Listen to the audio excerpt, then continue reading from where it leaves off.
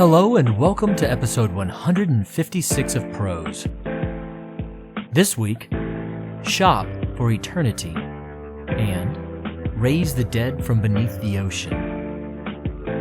As always, while you listen, please consider heading over to prosepodcast.com. That is the one-stop shop for all things prose. There you can find links to all the usual stuff, including social media, the episodes, and a shop. Additionally, the Patreon page is linked there as well, if you'd like to support the show in that way. In regards to social media, just like and share away. It is awesome to interact with you there. And most importantly, please do consider subscribing, rating, and or reviewing wherever you grab your podcasts. Thanks for listening. Let's get to the tales, shall we? This week we have shopping and bringing up the ghosts. Enjoy.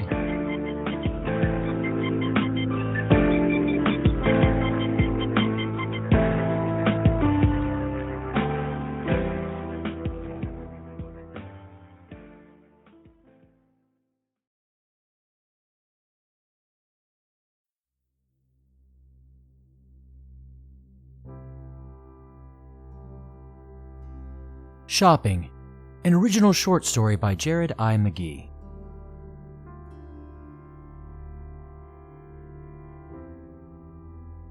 Day after day, Lucretia found herself in Macy's.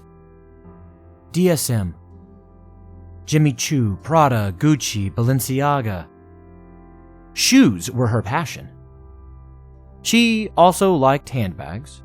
Many of the stores she frequented for shoes conveniently had handbags and purses and clutches that matched those shoes that she would acquire. She also liked dresses and jewelry and fragrances, and other accessories. Lucretia just liked shopping, if she was being honest. Yes, the dopamine rush that came from spending money and getting new things was a huge part of that enjoyment. However, she was also invigorated by the smells of newness, the too bright lighting, the hunt for the best item or the best deal. She spent so much time in designer shops, malls, department stores, and outlet centers that her friends, family, and when she had the time for one, boyfriends, would taunt her that, if given the chance, Lucretia would take the opportunity to take up residence in one of those shops permanently.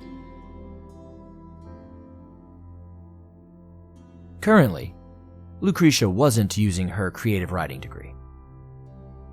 Rather, she had gotten into sales and stayed there.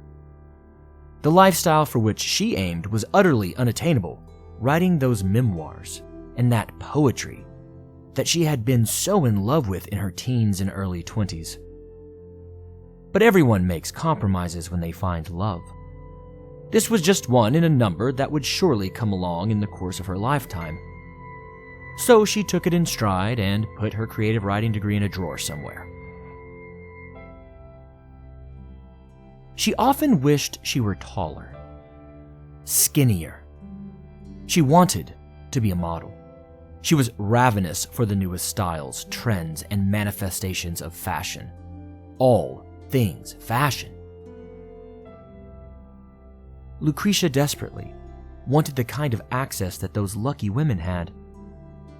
Her short legs and wide hips pretty much ensured that she was precluded from this elite group, despite recent years' drive to diversify who and what is being portrayed in the fashion industry. Yes, Lucretia was a more normalized body type. No, Calvin Klein or Jimmy Choo had not called her up to see if she would be willing to be the new face of their brand. She still indulged in far too expensive headshots once every couple years, and she put those out into the world. Nothing had come of it so far. Nothing would likely ever come of it. Lucretia had to settle on trying on items in fitting rooms. Those small vestibules became her runways. Her friends would sometimes indulge her and be her audience for these one-woman fashion shows. But Lucretia had begun to lose herself in the practice. So, her friends were less and less able to come along on her adventures.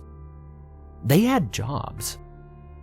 Not that she didn't, but she found herself taking more and more sick days, more and more vacation days, just to be in that world as best she could.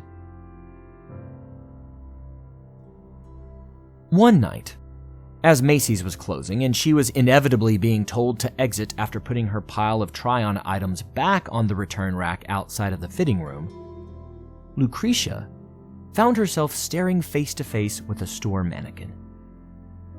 It was glossy white and rounded. It wasn't as tall and skinny as the women she saw on the catwalks, but it was also clearly a more abstract view of the female body. She found herself coveting that piece of plastic's non-life. She wanted to be dressed in that outfit, to don those accessories. Lucretia wanted to be her. Well, it. The next night, she went back to Macy's and tried to live her dream for the first time. She had the rounds of the floor employees down. Once those floor employees thought they'd cleared the place and the lights had gone out, Lucretia snuck out of her pre-planned hiding spot. She had found a small vent right to the side of the middle building fitting rooms. Easy as pie. Once she came out of her vent, Lucretia went more into the middle of the store. She now had to get the precise patterns of the security personnel down. Through very little sleuthing, she had found that the only motion detectors or alarms in the store were on the entrances, exits, and higher-end jewelry cases. Other than that, if she could avoid the security rounds, Lucretia could have the run of the store for the duration of a given evening. She whiled away 3 different nights getting those security paths down. On the 4th night, after her security detail and what she thought she would count the 6th night total, Lucretia spent the night in Macy's. She tried on, well, everything. Sometimes changing outfits and then immediately changing back into the previous outfit again. She became a whirlwind, a kaleidoscope of fashion and colors, textures and textiles. She waited 2 weeks so as not to press her luck. And she did it again. This time, she moved one of the more central mannequins from its pedestal and, when she had an outfit put together, she would climb up on that makeshift throne and look out over the store, queen of the mannequins, a deity of fashion and culture. Quickly, her evenings became an addiction. She found herself exhausted and distracted at work. She found her joints becoming creaky and angry and her skin hardening. All of this was clearly an effect of too little sleep, she thought.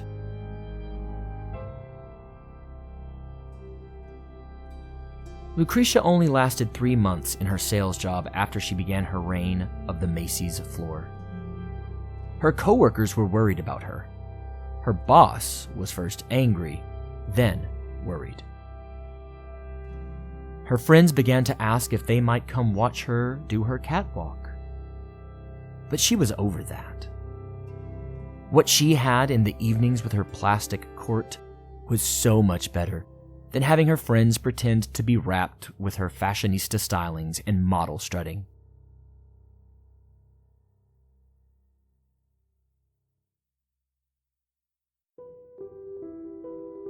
The days began to fuse together. She lost track of time. She stopped calling her mother.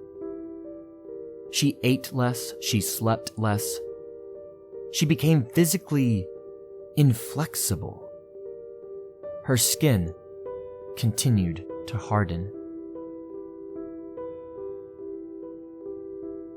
Lucretia's nights in Macy's had become her norm. It was all she thought about. That night in mid-October, she was wondering how long it would be before she was evicted from her apartment. Rent had been left unpaid for months, and she knew that it was only a matter of time. Her heart begged to stay at Macy's forever. Maybe, just maybe, she could find a way. It was that sentimental and desperate push, she thought, that might have opened some sort of magic, some sort of odd physics problem, something. Toward the end of the evening, her desire to stay forever there in her heart and in her mind, Lucretia put on all of her favorite items from the store. She had tens of thousands of dollars worth of clothing, shoes, accessories, jewelry on her body.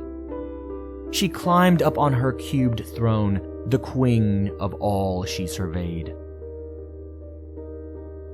Then she felt the tightening, a familiar tightening, more than she'd ever felt before. She felt her legs become immovable, stones, a tether to her throne. She tried to move her knees out of the strike-a-pose style stance that she had been in, but they were locked. Rapidly, she lost all feeling from the bottom of her ribs down. Her arms went next.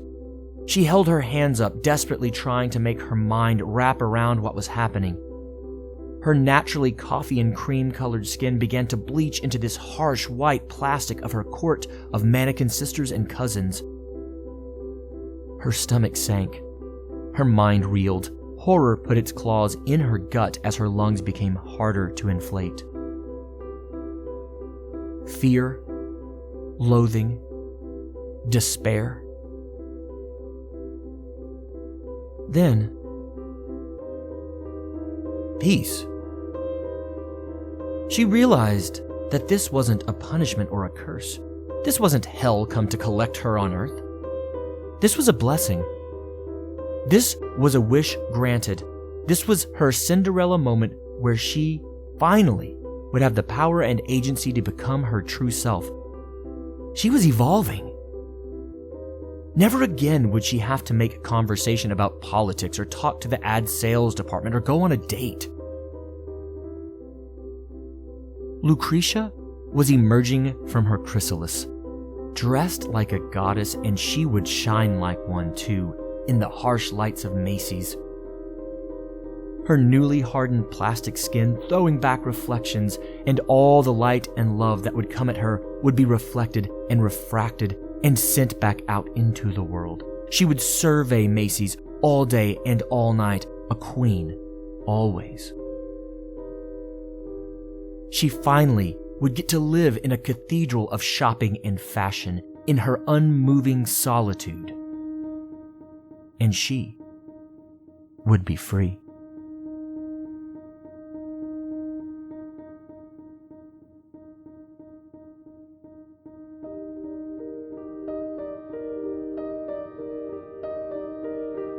Thank you for listening to Shopping, an original short story by me, Jared I. McGee. Please don't go anywhere. Stick around for our next story this week, coming up right now.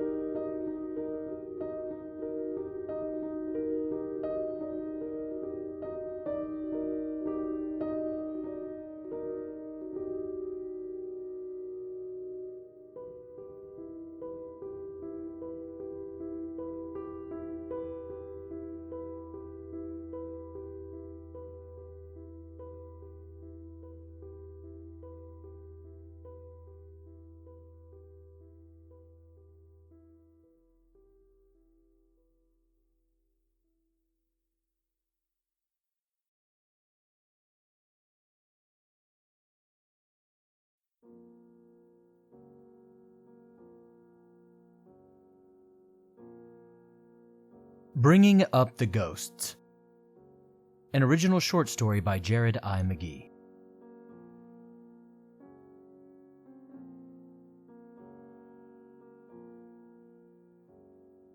For as long as I can remember, I could see ghosts. I know. It gives off major Sixth Sense vibes for me to say that. The whole I see dead people shtick. But it's not like the film. I see tenuous, breathy versions of, well, a person. I see the remnants of a soul, as if they were tissue paper held up to a neon light. Do you remember doing that in elementary school? You know that the tissue is there, obviously. You can feel that slight bit of pulped paper product between your thumbs and forefingers. But your eyes, they try to baffle you. Despite that tactile sensation, your vision swears that the tissue has become spectral, that it has crossed partially over into some other space or place where you cannot yet go. Maybe that's just me. But I know that kindergarten me would appreciate and understand the reference.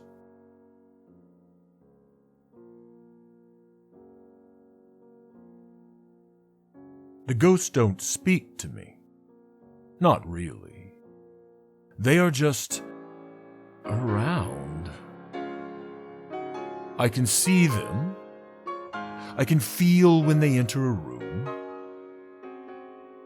Even though they do not have lungs to breathe air through vocal cords to make an utterance, they can still communicate.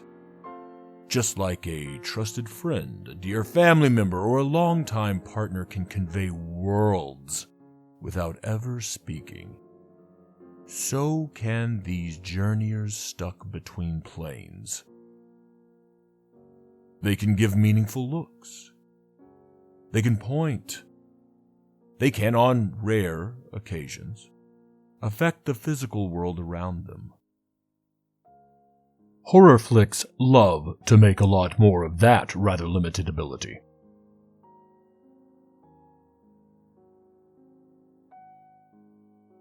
I speak as if I were some sort of expert on these entities. I have no idea what they are. I often can figure out who they are. You see, I don't even know how to correctly conjugate verbs when referring to these non-people. I have heard and read every idea out there about what a ghost might be. Impressions left behind after death, spirits in need of absolution, demons masquerading as those we have loved in life, angels putting on a guise to more comfortably guide we lost and unavailing mortals. If I were a betting man, I would wager that Dickens knew more about the world of phantasms than me, what with his masterful use of Marley in his Christmas classic of Souls Turned to Right. I only know that I see things, and there is no way of avoiding doing so when they are about. Now, I don't often see them. Ghosts aren't as ubiquitous as you might assume. Even for me who has had these encounters all my life, my breath is still taken away in a mini gasp every time one of those insubstantial substantialities comes shuffling or sliding into my field of vision. Rather than lean away from the experiences, though, I decided to lean into them, taking the proverbial bull by the horns, so to speak. You see, my odd talent is why I chose to get into archaeology and history. And that choice, most recently, led me to Raise the Dead in Sweden.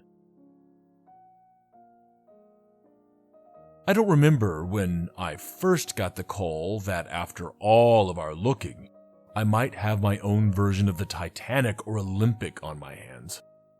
A much older version of those epic vessels, but a sunk Titan nonetheless.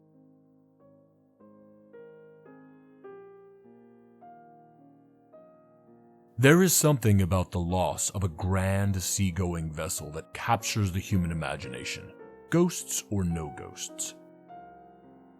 For some reason, we become obsessed with that loss. Whether it was due to weather, bad captaining, or poor choices in the realm of design, having a visceral, tangible reminder that the ocean is far more powerful than we mere mortals can ever hope to be resonates across cultures and across eons. A combination of all three is what sank the Vasa. What would no doubt become my moment of fame and bread and butter as an archaeologist. Even before we raised it, Vasa was clearly of a different ilk than other 17th century ships. It was massive. It was heavily armed to such an extent that it was a wonder that the vessel was ever sailed in the first place. Being so heavily laden with munitions and ironworks that the creaking of the old wood must have been a terrible sound to behold, particularly on open water. But who can say no to a king? When His Majesty Gustavus Adolphus made an order, his shipwrights were going to obey. Everyone was quick to obey, particularly in a time of war and upheaval. This is the time when men can prove themselves and change their stars, after all. The Vasa was meant to be a floating bit of shock and awe for the Poles and Lithuanians she encountered. Adolphus had no intentions of losing a protracted war against these two nations and its peoples, and this was, he thought, a great way to ensure that was the case. So, hundreds of workers, from master carpenters to seasoned shipwrights to bronze and metal workers to decorative artists, came together in 1628 to create a vision of Swedish supremacy that no one could see, and have any doubt that the Swedes were the gods astride the world. Adolphus was a modern-day Odysseus, shaking his fist at Poseidon and his rulership of the seas, just as the famed Greek warrior and thinker did millennia ago. The builders told their king that 50 cannons were too many for the admittedly bulky ship. He told them he would expect no less than 60. They put on a total of 64, just to make sure they kept their king happy. The builders told their king that all the additional filigree and ornamental wood and metalwork would make his ship malproportioned, top-heavy to such an extent that she might have trouble navigating even the canals to get out onto the open water. He told them he would expect it to be a work of staggering artistry, to spare no expense and think again about questioning his orders. They made the Vasa the most staggeringly gorgeous ship to behold that had ever been seen in Sweden all the way up to this day. Like Odysseus, the king was guilty of hubris, of shaking his fist at the gods. Anyone who has ever read knows that this is a quick way to bring about destruction.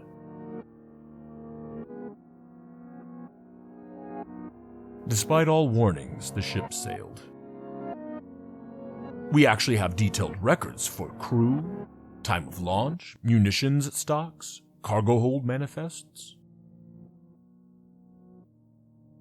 The mighty Vasa lasted roughly 14 American football fields before she began to take on water in sight of Stockholm and the king's ever-darkening gaze. Unlike the Titanic or Olympic shipwrecks, the Vasa site would have no cannon or other metalwork for me to see and gain glory from. The Swedes long ago had stripped her of that. But until now, she has slumbered beneath the waters of the archipelago just under 400 years with her rotting wood and her handful of lost men.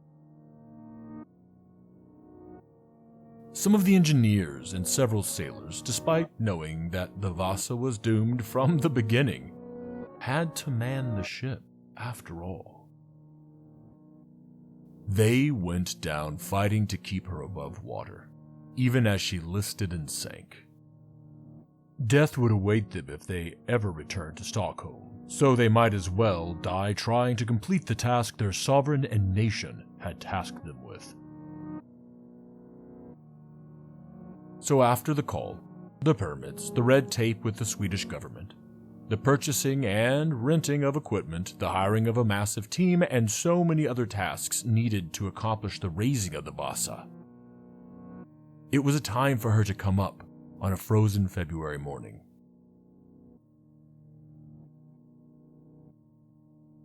As the first chipped and scuffed and bebarnacled bits of wood came rising into the air for the first time since her doomed maiden voyage, I could feel them. The ghosts. I was bringing up the ghosts who had languished beneath the waters for well nigh half a millennium.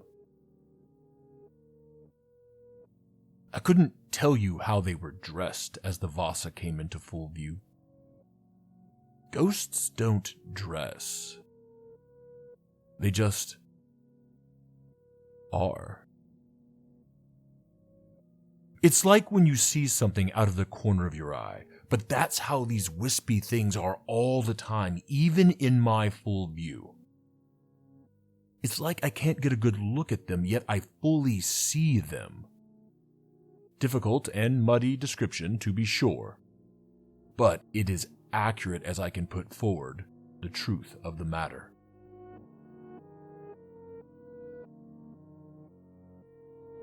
The cold bit at me. Sweden before summertime is no joke. There's a reason why the Scandinavians still revere midsummer so much, even in modernity. But my chills running inside and out had little to do with the snarling February. This is why I had chosen my profession.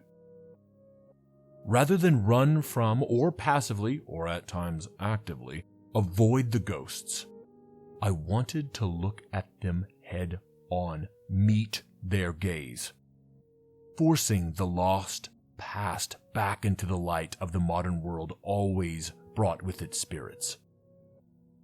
Most often, they appeared or seemed or projected to be grateful. Sometimes they were angry.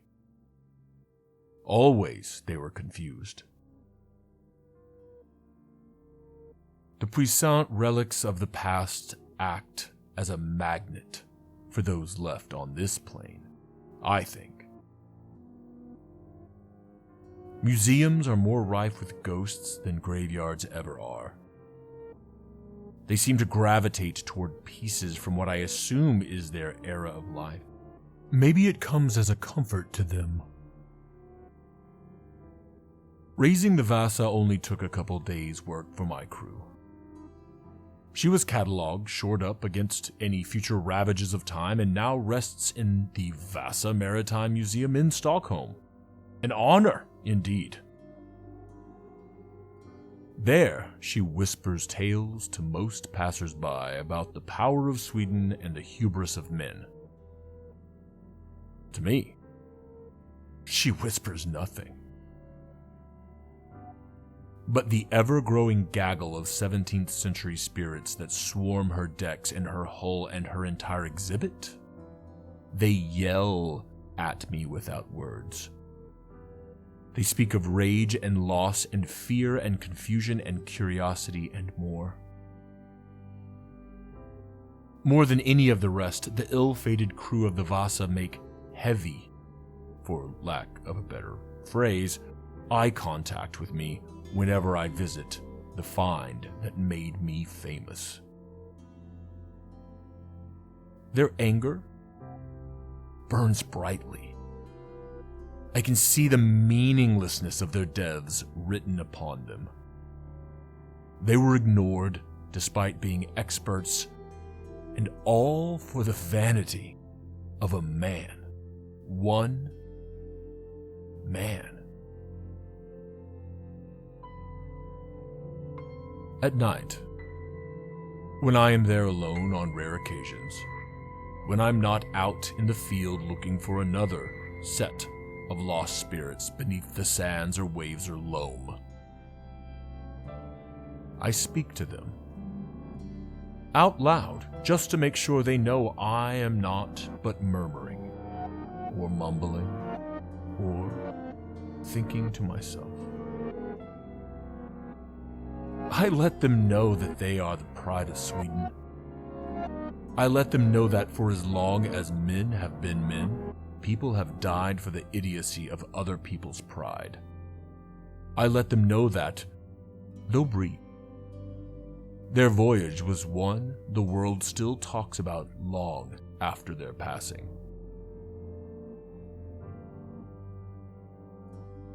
I do not know if the ghosts hear me. I do not know if the ghosts understand me. But I speak nonetheless.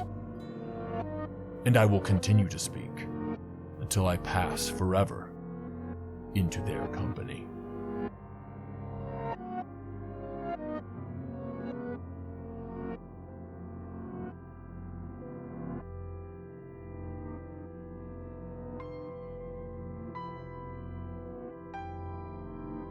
Thank you for listening to Bringing Up the Ghosts, an original short story by me, Jared I. McGee. All music you have heard throughout episode 156 comes from YouTube's royalty-free audio library. All the tracks, save the first one, are being used under CC 1.0 public domain dedication licenses. The track behind the short story Shopping is called Dreams Become Real by Kevin MacLeod, and it is licensed under a Creative Commons Attribution 4.0 license.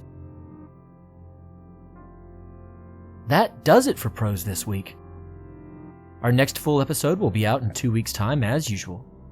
And please do consider sharing the podcast with someone that you think might enjoy it. While you continue about your day today, I hope that you'll remember to love those around you, tell them that you do, and embrace this life as it is, always, stranger than fiction. Thanks so much for listening.